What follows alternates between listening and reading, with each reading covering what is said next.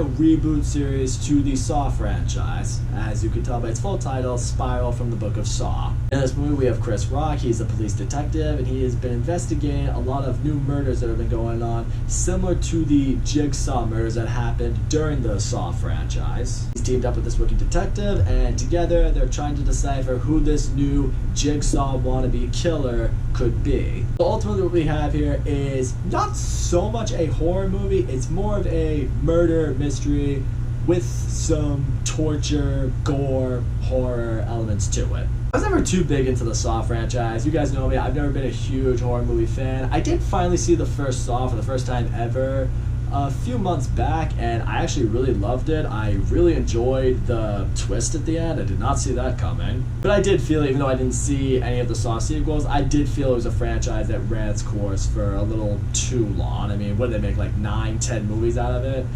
Like at that point, it's like, alright, you're probably milking it. And now we're back, and we have what is a spin-off to the Saw franchise, but I was interested in seeing where it would go, because I'm like, maybe this is going to go into a new direction that can breathe life into this franchise. And there are things to like about this movie. First of all, Chris Rock was a lot better in this movie than I thought he was going to be.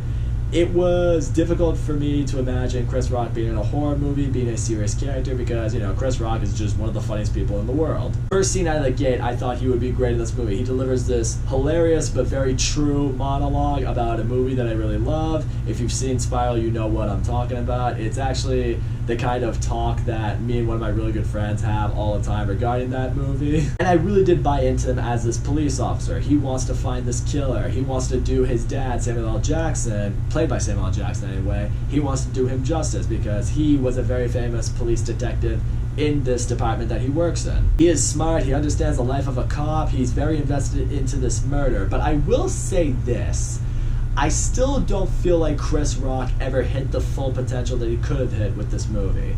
I don't necessarily blame that on him. I would blame that more on the writing of this movie. I feel there were times his character could have been fleshed out more, and I do believe he could have delivered it. I just don't know if the movie gave him as much opportunity to do so. I will be honest with you as well. Chris Rock was probably the only character in this movie that I really cared about. I mean, I know it's technically a horror mystery and everything along those lines, but I would have been more interested if some of these characters were given a little more investment. This is ultimately a mystery, and I would have liked to have seen more of the backstory for some of these people, or more of the story behind these people, a little bit more detailed. The movie's only an hour and a half long. I feel like it could have been 2 hours long to give other characters a little bit more of a backstory, to flesh them out a bit more, so we could really see what their stories are, and also, you know, get the gears turning a little bit, be like, okay, maybe it's you, maybe it's you, maybe it's you. I will say, when the torture scenes happen, they are pretty intense, they are pretty extreme, which is good, because it being a Saw movie, the torturing, or, you know, the escapes that these victims have to do that's gonna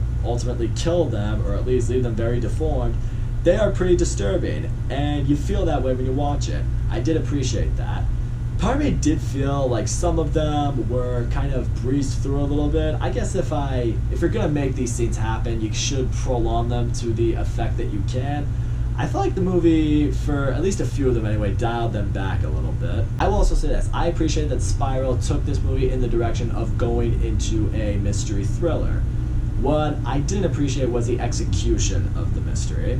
I feel like it could have been done a lot better. We don't really know who this Jigsaw killer is. We are given a group of people that we don't really even get a whole lot of investigation with. There's really only one guy that you kind of get real focus on. It's like, okay, the movie wants you to believe, okay, this is the guy. This is who it's going to be. At least that's how it felt for me anyway. We didn't get like a wide variety of who it could have been. I would have appreciated that more. The movie, I don't think, really, as I mentioned earlier, keyed in on a group of people to let your imagination wander a little bit. So that way, I'll be honest, by the end of the movie, when the actual killer is revealed, I actually was surprised by it. But I know a lot of people don't really feel the same way. A lot of people said they knew it was coming from a mile away. Maybe I'm just naive like that.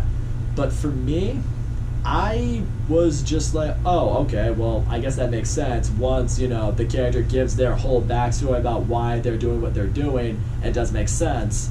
But I feel it would have been a lot better if we were given a bunch of characters with a bunch of backstories fleshed out with particular motives to do what they're doing.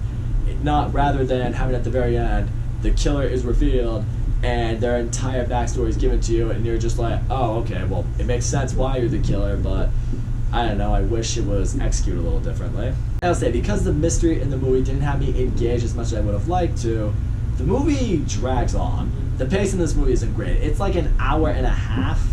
Gonna be honest, this movie felt a lot longer than that. I was sitting there like, okay, can something else happen? Can we get a clue? Can we get something that's gonna at least get the wheels spinning, keep us guessing, get you really more invested into this mystery? Unfortunately, I never was that fully into this investigation. Ultimately, what I would describe Sprial is a movie with a lot of potential, a franchise, a spin-off franchise I think could have a lot of potential. And I will say this, if they made a sequel to Sprial, I would be interested in it. It's not something that I wouldn't not go see, but I would need to know that the writing would be better, that the mystery would be better, and ultimately the characters would be better outside of Chris Rock. So all in all, I know it feels like I was really bagging on this movie. I mean, Sprial was just average. I thought Chris Rock really crushed in this movie. I do think he could have gotten a little bit more time to really show what he was capable of. I feel like the movie held him back a little bit. I appreciated the mystery. I wish the execution of the mystery was done differently, and the pacing of said mystery would have been done differently, so the movie doesn't feel so long. The torture element, you know, harkening back to the old Saw movies, it's great to have that back because that's what made Saw what it is, and it connects Sprial with Saw, which I think is important. And in the end, like I said, there is real potential with this. If they do it right, if they bring on, you know, some better writers, bring in better storytelling, and bring in, I would say, a better cast, I think this could actually be a very good franchise that hopefully they don't milk into 9 movies or a bunch of movies like Saw did. Hopefully we can get like at least a really good trilogy or quadrilogy out of this, turn into a great mystery thriller, and who knows, maybe even though this movie wasn't particularly all that good, maybe it's leading to something good. Fingers crossed. That's all I gotta say, guys. Thank you so much for watching my video, and as always, don't forget to leave a comment, like, subscribe. I'll see you all next time.